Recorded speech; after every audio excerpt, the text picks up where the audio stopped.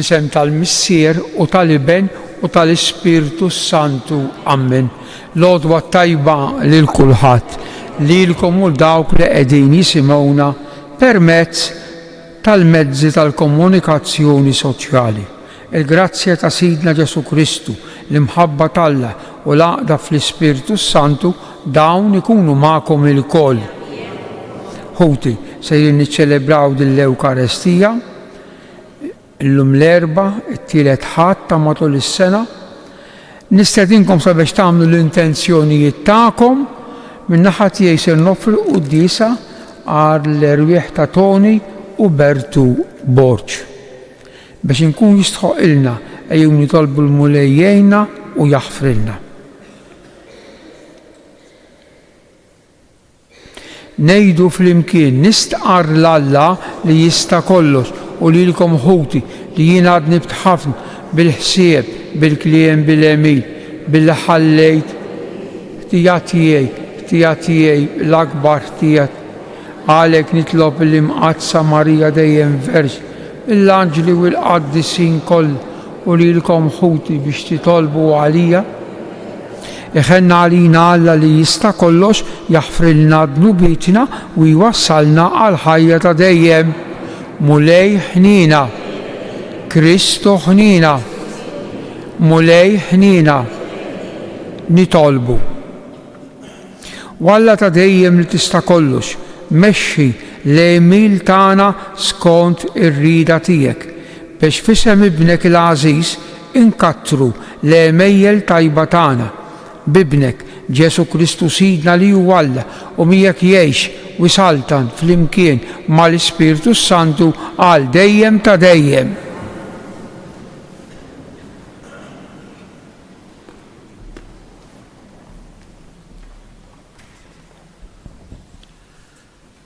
Qari mill-Ittra lil-Lut. Ħuti, kull qassis ieħor imur kuljum biex jaqdi l-ministeru tiegħu u joffri u jerġa' joffri l-istess sagrifiċċju bla ma jistgħu qatt ineħħu id-dnubiet. Imma Kristu wara li joffra sagrifiċċju wieħed għad-dnubiet għata għal dejjem fuq in-naħa tal-lemin ta' Alla fejn qiegħed jistenna sa mal-edewwa tiegħu jitqiegħdu mirfes taħt riġleh. Għax hu b'offerta waħda għamel perfetti għal dejjem lil dawk li huwa jqaddes. Da jiġdulna l-Ispiritu Santu nnifsu, għax wara li qal dan hu l-patt li jien qatt nagħmel magħhom, wara dawk il-jiem jgħid il-Mulej, inqiegħed il-liġijiet tiegħi f'qalbhom u f'moħħhom niktibhom. Qal ukoll dnubietom u ħtijietom ma niftakarhomx aktar. Issa fejn hemm il-marfa ta' dnubiet ma hemmx għalfejn issir aktar l-offerta għad-dnubiet. Il-kelma tal-Mulej. Int qassis għal dejjem bħal Melkisedek. Il-kelma tal-Mulej lil Sidi oqgħod fuq l-eminti sa ma nqiegħed l-edewwa tiegħek mirfes taħt riġlejk. Dejjem bħal Melkisedek. Ix-xrettru tal-qawwa tiegħek jibgħat il-Mulej minn Sijon. Aħkem f'nofs l-edewwa tiegħek. Int qassis għal dejjem bħal Melkisedek. Tiegħek is-seta sa minn twelidek fuq l-għoljiet imqazza sa minn qabel is-seb bħal nida jien nissiltek. Ħalef il-Mulej u ma jisobiex. Int qassis għal dejjem bħal Melkisedek. Inqumu bil-rifqa.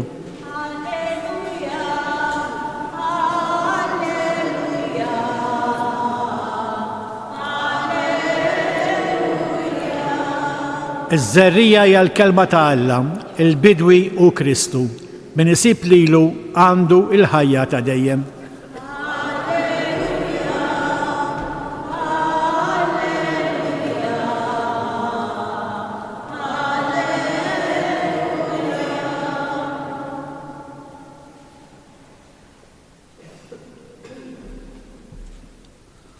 Il-Mulej magħkom. Qari mill-Evanġelju skont San Mark. F'dak iż-żmien Ġesu raġa beda jgħallem ħdejn il-baħar u nġabret madwaru kotra kbira li kellu jitla bil-qiegħda fid-dajsa fuq il-baħar u n-nies kollha l-art matul ix-xatt. U għad jallimhom ħafna ħwejjeġ bil-parabboli fit-tagħlim. Isimgħu, darba kien hemm bidwi li ħareġ jiżra, ġara li hu jiżra xi żerrijat waqgħu fil-mogħdija, ġew l-għasafar u naqruhom kollha. Oħrajn waqgħu f'art kollha blat fejn ma kienx hemm wisq ħamrija u malajr nibtu għax il-ħamrija ma kienx fonda. Meta jinbagħad telet ix-xemx inħarqu u nixfu billi ma kellhomx għeruq. Oħrajn waqgħu qalb ix-xewk u x-xewk kiber u ħanaqhom u frott ma għamlux. Oħrajn waqgħu f'art tajba u għamlu l-frott u l-frott kiber u tkattar u min għamel 30, min 60 u min 100. U qal min għandu widnejn biex jisma' ħajjisma'. Meta kien waħdu dawk ta' madwaru flimkien ma' 12 resqu jitolbuh ifissrilhom il-parabbola. U Ġesu qalilhom lilkom jingħata l-misteru tas-saltna ta' Alla, imma l-oħrajn li huma barra ikollhom kollox bil-parabboli, ħalli jħarsu kemm iħarsu ma jarawx u jisimgħu kemm jisimgħu ma jifhmux li ma jibidlux ħajjithom u jaqilgħu il-maħfra. U qalilhom, din il-parabbola m'intomx tifhmuha, mela kif tifhmu il-parabboli l-oħra kollha. Dak li l-bidwi jiżra hija l-kelma. Dawk ta' matul il-mogħdija fejn inżeret il-kelma huma dawk li malli jisimgħuha jersaq ix-xitan u jaħtfilhom il-kelma li jinżeret f'qalbhom. Dawk li jinżerew f'art kollha blat huma dawk li meta jisimgħu il-kelma minnu fih jilqgħuha bil-ferħ, imma għeruq ma jkollhomx u għalhekk ftit idumu. Meta jinbagħad tiġi fuqhom l-għawġ jew isibu min iħabbathom minħabba l-kelma malajr jinfixlu. L-oħrajn li nżeret qalb ix-xewk huma dawk li jisimgħu il-kelma iżda l-inkwiet żejjed għal ħwejjeġ tad-dinja. Ir-rabta mal-ġid tal-art u l-ġibda għal ħwejjeġ oħra jidħlu fihom u joħonqulhom il-kelma li għalhekk ma tagħmilx frott. Dawk imbagħad li jinżerew f'art tajba huma dawk li jisimgħu il-kelma jilqgħuha u jagħmlu l-frott minn 30, minn 60 u minn 100. Il-kelma tal-mulej.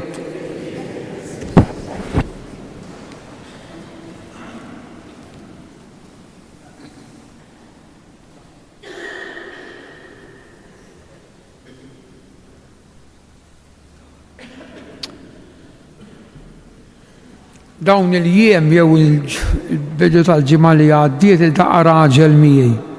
Għalli bħalissa x'inhu dejjem taqraw mill-littra lill-lut, mitra lill-lut. Qedtlu fadlilna dil-ġimgħa. Din littra ħuti hija tipoġġi quddiem għajnejna teżi waħda.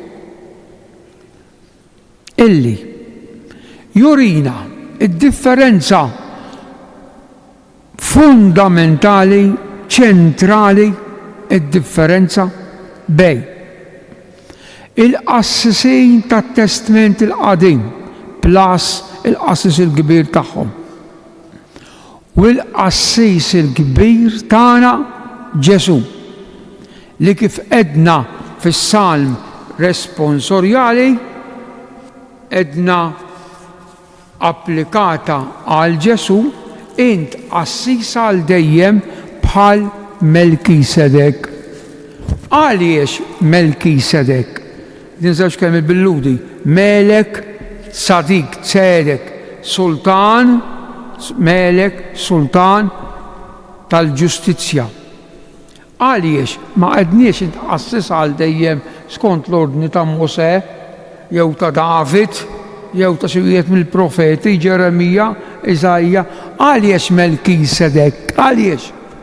Dan fi żmien Abraham ta' għaliex fl-Iskrittura nsibu li kienu l-uniku qassis tat-Testament il-qadim Lil-Alla kien joffrilu ħobs minn bejt. Issa fimtu għaliex jew, għax Ġesu u xek, fl-aħħar ikla il-ħobs bidlu f'ġismu u l-imbejt bidlu f'demmu.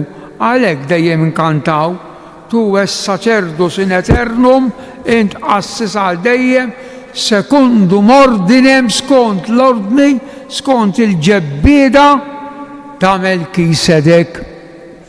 L-ewwel waħda. It-tieni. Ara xejn u l-għada hemm biċċa oħra iktar profonda, iktar qawwija fl-ittra lill-Lut fejn jagħmel differenza bejn id-demm issa dem tal-annimali u d-dem ta' Ġesu. Ħanejdu llum. Illum jgħidilna hekk ara kif dejna. Il-qassejs, kull qassejs tat-Testament il-qadejm, kull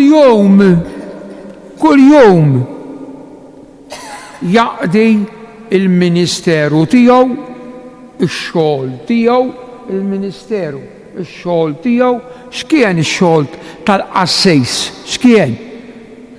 Mhux li jgħallem ta' jgħallmu l-profeti, mena x'kien? Isemmew. Li joffri u jerġa' joffri l-istess sakrifiċċju issa l-aqwa bla ma jistgħu qatt ineħħu id-dnubiet il-fundament, id-differenza bejn l-Antik Testament u l-Ġdid Testament, bejn l-annimali li jaqtluhom jaħarquhom lill-Alla u l-mewt vittma tal-ġisem ta' Ġesu.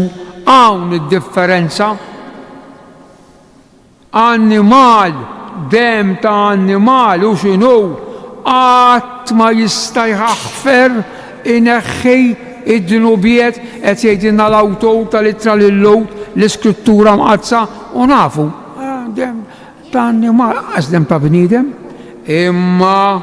imma id-dem ta' Ġesu li joffra sakrifiċċju wieħed darba għad-dnubiet hemm id-differenza. U kompli, għax Ġesu, semmukom sabiħ ta' l-iskrittura kemm sabiħa ħawti, għax kemm talmek, għax Ġesu b'offerta waħda darba bl-offerta waħda tiegħu innifsu għamel perfetti għaddes għal dejjem dak li huwa jqaddis il-mewt ta' Ġesu, il-qawwa ta' dak il-ħaruf li miet għalina u li xerred demmu kollu fuq il-Kalvarju, x'qawwa għandha. U kont naqra l-bieraħ u anki dal-għodu ktieb li ħareġ il-Papa Benedittu, ktieb li għallilhom dan il-ktieb ippubblikah wara li mmut jien, ġifieri huma raħx miktub. Jismu l-Kristjaneżmu fi żminijietna. Jgħidilna f'dan il-ktieb meta jitkellem il-Quddiesa illi l-offerta ta' Ġesu fuq il-Kalvarju u l-Quddiesa li aħna nieħdu sehem fija u hawnhekk il-valur inġeddu dak li għamel darba Ġesu fuq il-Kalvarju bis-saħħa li huwa tagħna meta qalilna għamlu dan b'tifkira tiegħi. Għalhekk ħut il-eżiż imbagħad rajna kif qed fil-bidu is-salm il-Ġesu qednilu int qassis għal dejjem in eternum bħal Melkisedek. Int mbagħad kotazzjoni ħalef il-mulej u ma jisobx bih, ġifieri Alla l-Missier ried u ma jiddispjaċihx. Għaliex? Għax lilek int qassis, lilek għamlek qassis għal dejjem bħal Melkisedek. Għalhekk ħut il-eżiż ħanikkonkludi. Minn hawnhekk naraw il-valur is-siwi ta' qudiesa. Is-siwi li aħna noffru il-merti ta' din il-qudiesa lill-Alla l-Missier kif għamelu ibnu Ġesu l-ewwel darba il-ħamis fil-għaxija qabel ma taħajtu vittma darba biex iħassar id-dnubiet. Il-qumu bil-wifqa.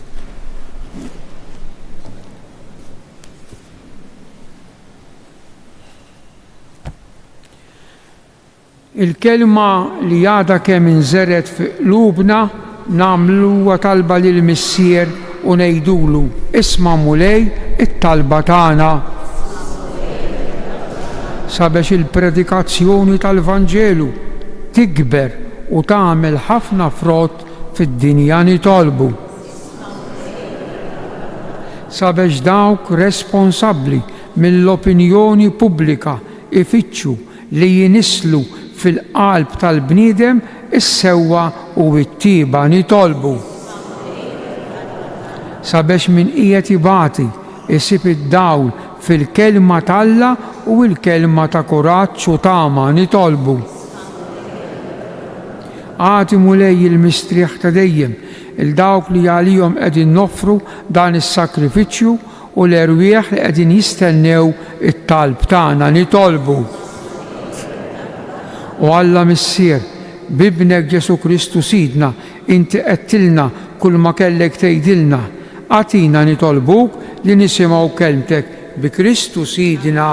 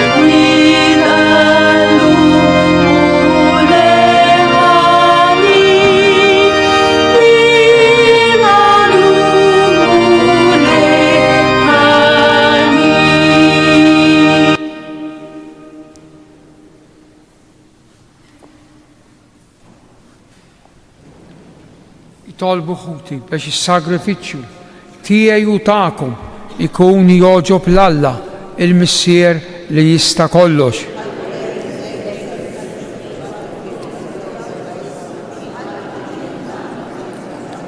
Ilqa' bis-sliem mulej l-offerta tagħna u għamel li jkunu ta' fejda għad qaddis u s-salvazzjoni tagħna bi Kristu Sidna.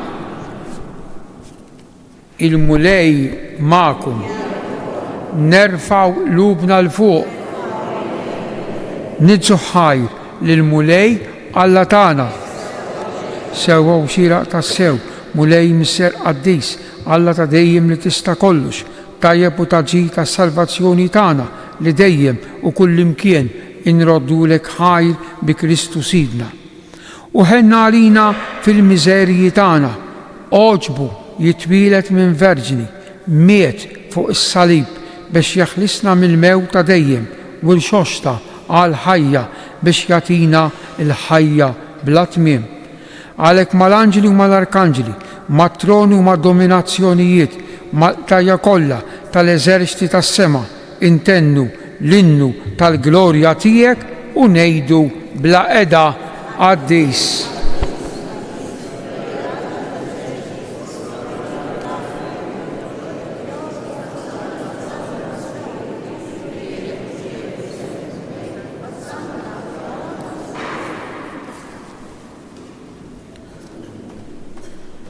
Qaddis tassew int mulej inti l-għajn ta' kull qdusija. Qaddes għalhekk nitolbuk dawn l-offerti bil-barka tal-Ispirtu tiegħek biex isiru għalina l-ġisem u d-dem ta' Sidna Ġesu Kristu li meta kien se jingħata biex minn rajħ ibati ħa il-ħobs, radd il-ħaj, qasam ta' lid-dixxipli tiegħu u qal ħudu u kulu il-koll minn dan għax dan huwa ġismi li jingħata għalikom.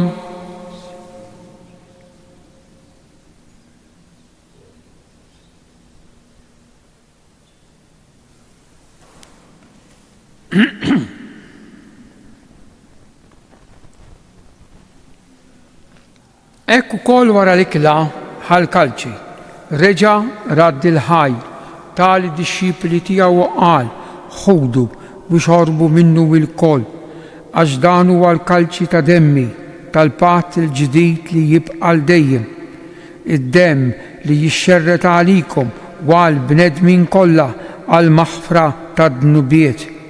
Għamlu dan b'tifkira tiegħi.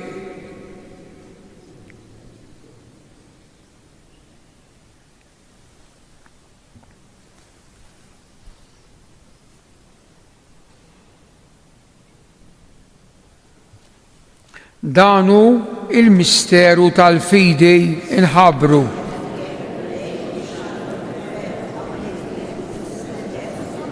Għalhekk aħna nagħmlu dan tifkira tal-mewt bil-qawmin ta' Sidna Ġesu Kristu, nofrulek mulej il-ħobs tal-ħajja u l-kalċi tas-salvazzjoni u nrodulek ħajra xogħġbok tilqana hawn quddiemek biex naqduk. U miċ-ċokontana nitolbu li l-Ispirtu Santu jaqadna b'ġisem wieħed lilna li nieħdu sehem il-ġisem u d-dem ta' Kristu. Ftakar mulej fi knisja tiegħek imxerda mad-dinja kollha, taqqa fl-imħabba flimkien mal-Papa Franġisku, mal-Isqof tagħna Anton u mal-ministri tiegħek kollha. Ftakar ukoll fħutna li raqdu bit-tama tal-qawmien fil-qaddejja tiegħek Toni u Bertu Borċ. Ftakar fil-mejtin kollha, daħħalhom quddiemek fid-dawl tas-sebħ tiegħek. Ħenna għalina l-koll nitolbuk, għati lilna wkoll il-wirt tal-ħajja ta' dejjem fl-imkien mal-Verġni Mqazzo Malla Marija, ir-raġel tagħha San Ġusepp, l-Apostli, San Ġorġ Preka u l-qaddisin kollha li jgħixu fil-ħbiberija tiegħek sa mill-bidu tad-dinja. Għamel li magħhom infaħruk u nsebħuk b'Ġesu Kristu ibnek. Bi Kristu, ma' Kristu u fi Kristu jingħata lilek Alla Missier li tista' kollox flimkien mal-Ispirtu Santu kull ġieħ u glorja għal dejjem ta' dejjem. Ejjew inkomplu nitolbu kif għallimna u ridna nagħmlu li ben ta' Alla għas-salvazzjoni tagħna missierna.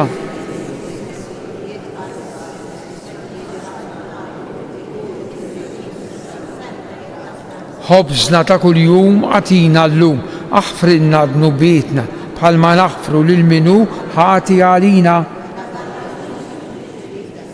Ħalisna nitolbuk mulej minn kull deni, għatina fit-tiba u ħnina tiegħek il-paċi fi żminna biex inkunu ħilsa mid-dnub u mħarsa mill-inkwiet. Aħna nistennew u nittamaw ilena u l-miġja tas-Salvatur tagħna Ġesu Kristu. Mulej Ġesu Kristu li jgħid l-Apostli tiegħek inħallilkom misliem, nagħtikom misliem tiegħi, la tħarix lejn tnubietna, iżda ħares lejn il-figli tal-Knisja tiegħek, għatija sliem u laqda li jien trid fija int li tgħix u s-saltan għal dejjem ta' dejjem. Il-paċi tal-mulej tkun dejjem magħkom.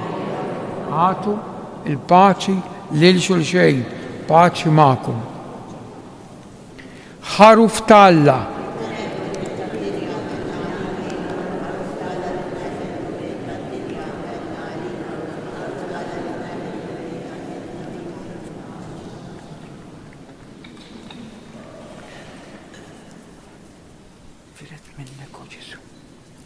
Dannu Ġesu il-ħaruf tal-Alla li jneħħi d-dnub tad-dinja ħen aħna mistiedna għal din l-ikla tal-ħaruf mulej. taħt is-saqaf tiegħi. Il-ġisem ta' Kristu iħarisni għal ħajja ta' dejjem. Amen.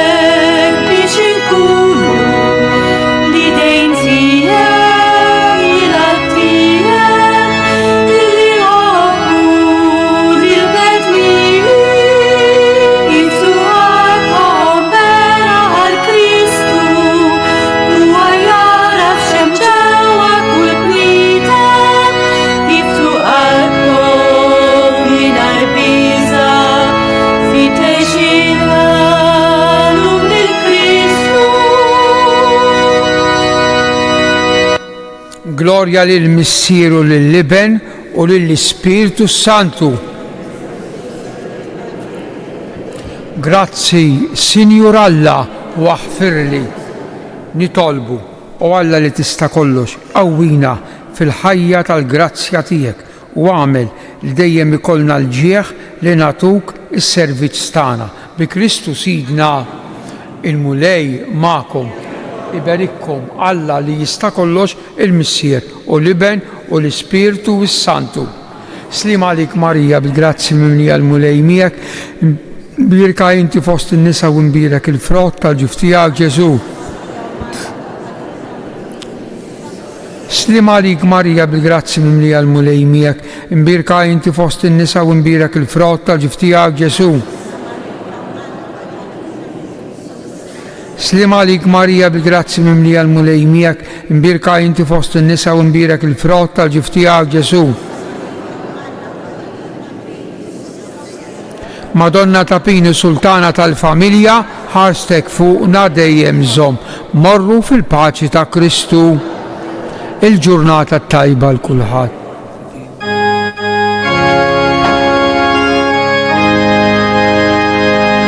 O Maria,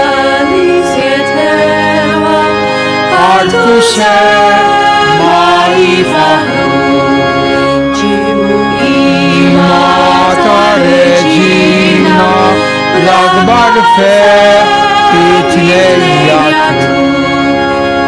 il